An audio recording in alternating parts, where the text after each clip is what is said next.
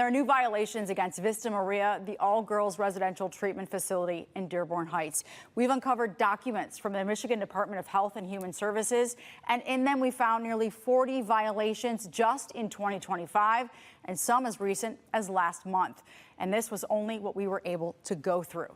Now, we also discovered the state suspended placements at Vista Maria for 3 months while the agency, quote, worked towards remediations necessary to improve outcomes for the youth they serve. But as we continue to expose new problems and get answers for what's going on inside Vista Maria, we spoke with 3 former residents who say they still want to see the facility shut down and changes in leadership. But there is some good news.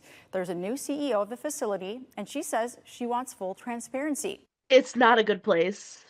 They put on a show, and because it's a religious place, there's a chapel, and they make it seem, oh, it's such a godly place. They're doing God's work, and it's really evil what they're doing there. They just don't care. They don't. I've tried to kill myself so many times in there just because the staff treated us so horrible. More former residents of Vista Maria and Dearborn Heights coming forward, like dozens of staff members and residents. I really hope that Vista Maria gets shut down in the coming years. I've been praying on that. As we uncover more recent violations from the state, 39 violations in the last 7 months alone, including allegations of sexual assault. Here it reads, quote, agency failed to report suspected abuse. Also rule, insufficient staff, training, and food violations. I would compare it to jail food. It'd be halfway cooked, halfway done. Along with threats, verbal abuse, alcohol consumption, consensual sex, facility issues, inappropriate contact between staff and residents. One violation from May of this year shows a denied relationship between a staff member and a resident.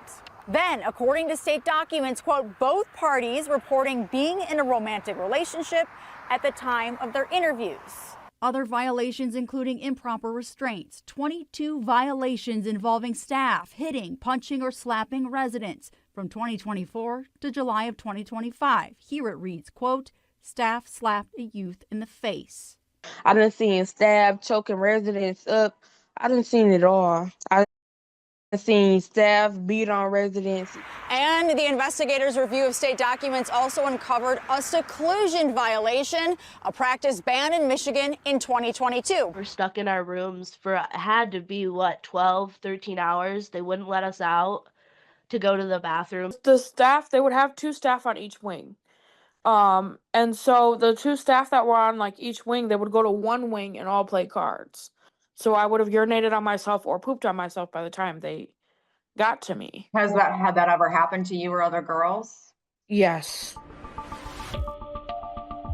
The girls demanding answers and others contacting the investigators on Local 4 after seeing our interview with the facility's COO and acting CEO Meredith Reese in May. I think it needs to be closed down. Right now I have chills and I'm about to cry. I just feel bad for the girls that are still suffering, you know what I'm saying? Because it's not right. But Vista Maria's new CEO since July 14th, Kathy Regan, vowing to give transparency. I will say you're not the most popular person at Vista Maria. No. But you're doing your job. So let's go. She says since we began investigating, the state putting a suspension on Vista Maria on April 25th. As a result, girls unable to be placed at the facility, also removed from their care. You came to us at a time when we were really struggling.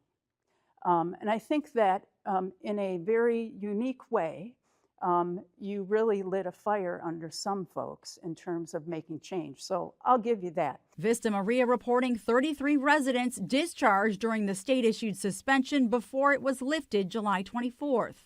How many girls are there right now? 7. And how many are there usually? We will go up to probably about 42. But just last month, half a dozen violations found. I'm just looking at July. But when we read something like, it took a significant amount of staff members to remove the staff member to stop her from attacking the youth, it's troubling. Reading those allegations kills us. And that's why you've seen a lot of terminations coming out of Vista Maria because safety is sacred to us. We didn't hire necessarily all of the right people to Okay. do that care. Yes. I don't know if it was the right training or not. We know we needed to weed out. We've taken the time over the last 6 months to retrain all of our staff, all of our direct care staff, so we can fill in the gaps in terms of training. Current employees previously sending videos like this to the investigators on Local 4. So I think part of your reporting back in April had to do with the state of our facilities, because we did have a number of complaints about that. One may question $36 million in 2023. You said the same in 2024.